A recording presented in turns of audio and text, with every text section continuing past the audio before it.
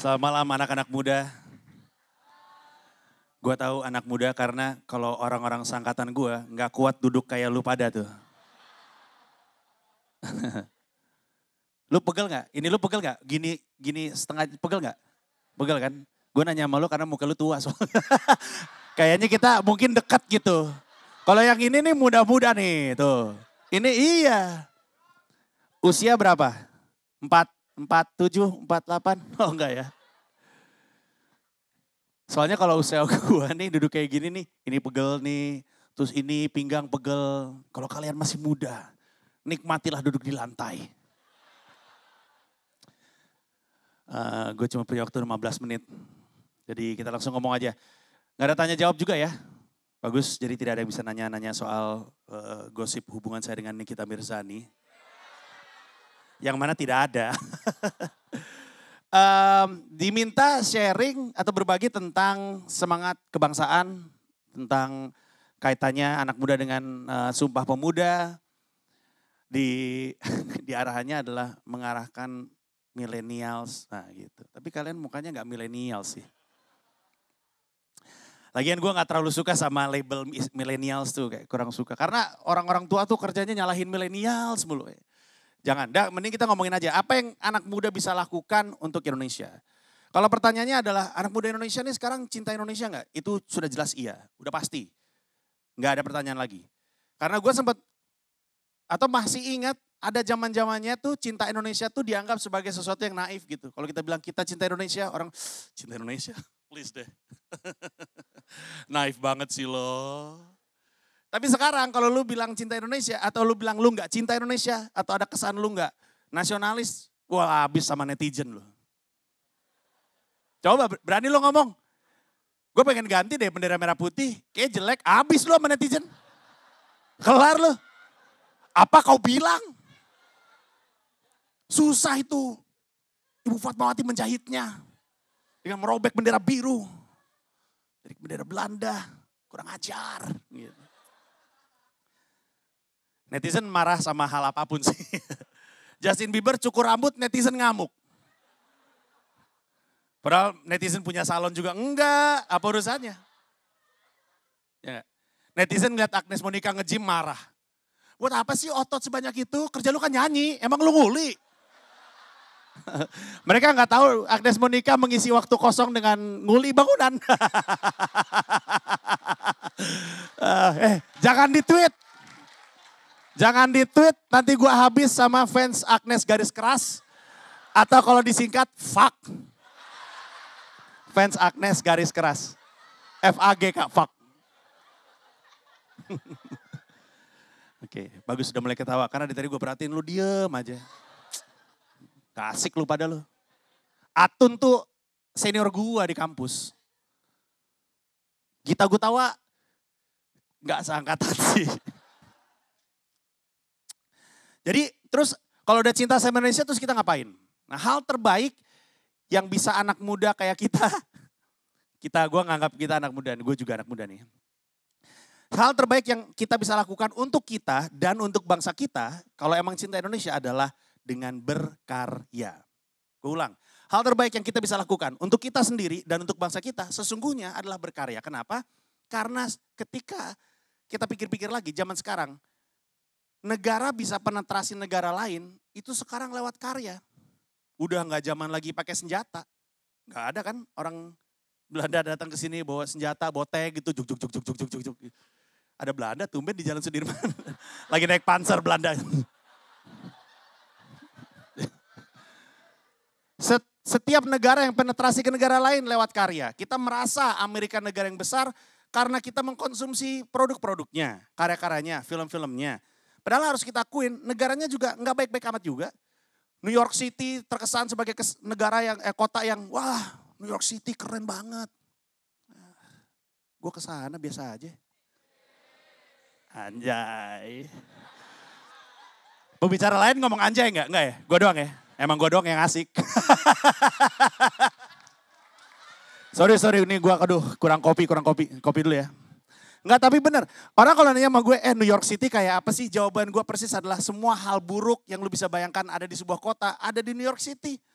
Macet ada, Banjir ada, air ada menggenang. Kejahatan tinggi. Sexual harassment banyak. Polisi di mana-mana. Bahkan maksudnya mencekam gitu. Polisi di mana-mana tuh mencekam. Kalau lu lagi jalan-jalan banyak banget polisi, bakal ada apa ya? Kan lu kan bener gak? Bener gak gue? Orang, ini gue gak bohong, gue ke New York City naik bis dari Washington DC mau nonton stand up. Gue turun nih, bisnya gak ada terminal gitu, turunnya kayak pinggir jalan gitu. Turun, gue jalan nih, baru jalan 10 menit, terus di atas ada banyak helikopter polisi. Terus gue cek, ternyata di tempat gue turun, abis ada penembakan, ada polisi mati. 10 menit yang lalu. Coba gue masih agak nongkrong-nongkrong gitu. Baru turun dari bis gitu kan, orang suka nongkrong-nongkrong dulu kan. Pegel banget. Coba gue masih kayak gitu, mati gue. Nggak ada di sini gue. Mungkin Agnes yang kesini gantiin gue. Sambil cerita bahwa passion dia adalah ngebangun rumah. Mungkin kita nggak tahu. Oke kita lanjut karena gue cuma punya 15 menit. Gue biasa ngomong 2 jam jadi berkarya. Karena sesungguhnya gue percaya bangsa itu atau Indonesia bisa maju karya demi karya. Karena selama ini kita tuh adalah kulinya negara lain. Negara lain bikin karya, kulinya kita. Kita yang ngerjain karya mereka. Udah waktunya kita yang menawarkan sesuatu pada dunia. Dan dengan gaya kita, gak usah kayak orang lain. Ada banyak kok contohnya.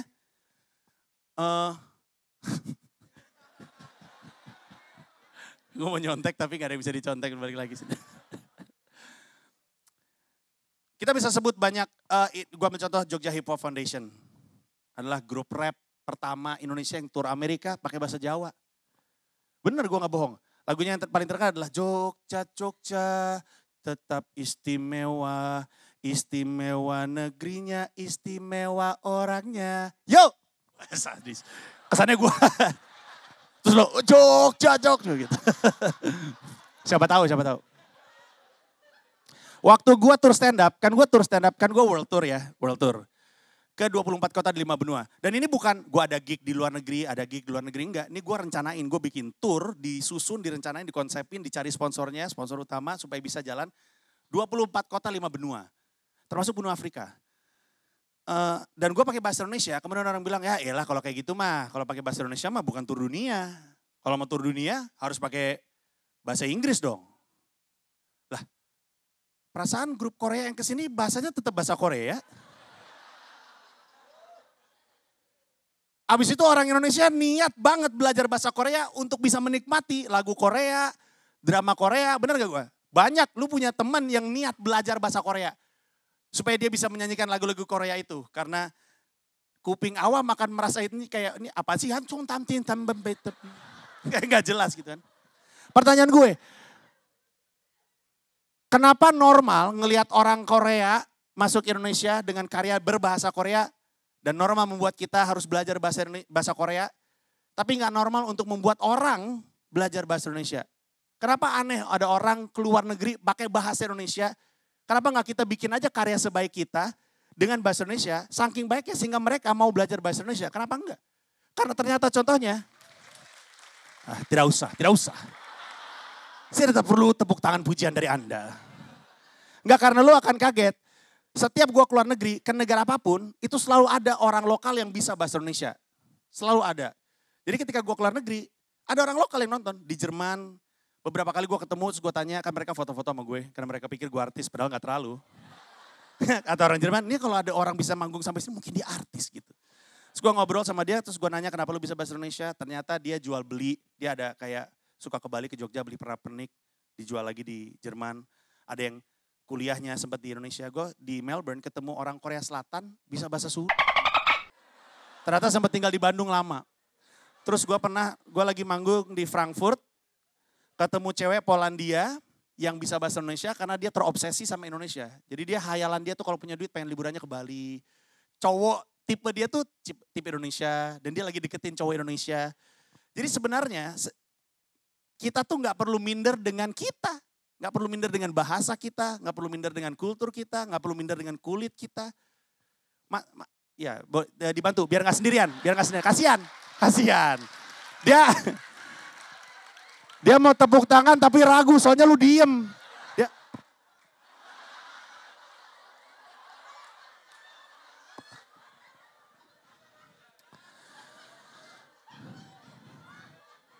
nah tapi kan pertanyaannya, kalau gue mau berkarya, syaratnya apa?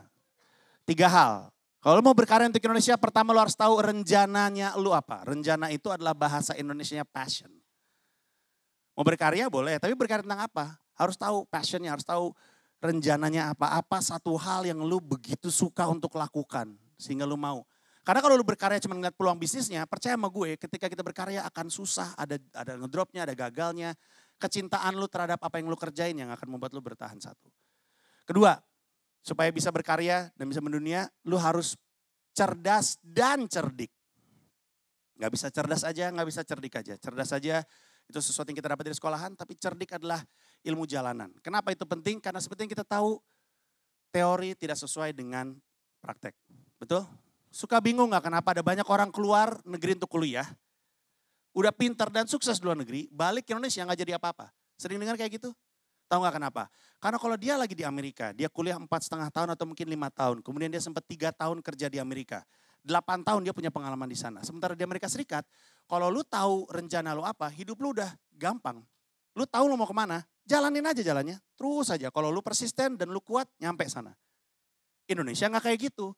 Indonesia negara yang sistemnya belum jelas, infrastrukturnya belum jelas, kulturnya belum benar. Sehingga kalau lu dari titik ini, lu tahu mau ke sana, lurus doang aja gak cukup. Lu mesti tahu jalan tikusnya, lu mesti tahu portal ditutup jam berapa, lu mesti tahu di mana ada polisi suka ngumpet. Bener gak gue? Itu realitanya kita kan, itu realitanya kita. Itu kenyataan. Nyebrang jalan deh, teorinya nyebrang jalan di mana? Di jembatan penyeberangan atau di zebra cross? Coba. Lu kalau berharap ada zebra cross atau jembatan penyeberangan, nggak nyebrang-nyebrang lu di Indonesia? Gue pengen nyebrang tapi gak ada zebra cross ya kan. Sehingga lu nyebrang sembarangan, akhirnya lu harus punya skill, kecerdikan dalam nyebrang jalan. Lu harus tahu hand sign-nya, kalau menyeberang harus ada hand sign-nya. Yang paling umum hand sign-nya adalah begini. Telapak mengarah keluar, jangan ke arah ke dalam, bahaya soalnya. Malah mati. Maju lah. Mati. Ada lagi hand sign yang lain, jempol. Ini hand sign yang juga disarankan karena ini kesannya mengapresiasi pengendara mobil. Keren loh, mantap, mantap. Thank you. Penyeberang jalan juga ada beberapa jenis. Penyeberang jalan yang baik adalah yang buru-buru karena dia tahu dia memakan waktu pengendara mobil. Penyeberang jalan yang brengsek adalah udah dikasih nyebrang, jalannya pelan. Suka ngetuh kayak gitu gak? Kita gak bisa cepet apa? Suka gitu gak? Mungkin dia jalan pelan ketika nyebrang karena di kepalanya tuh lagi ada lagu boy band gitu. Dia lagi berasa Westlife. Baby, I know the story.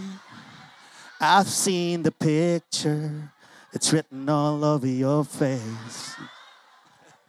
Can't believe that I'm... Terus nolong ke kamera. Can't believe that I'm a fool again.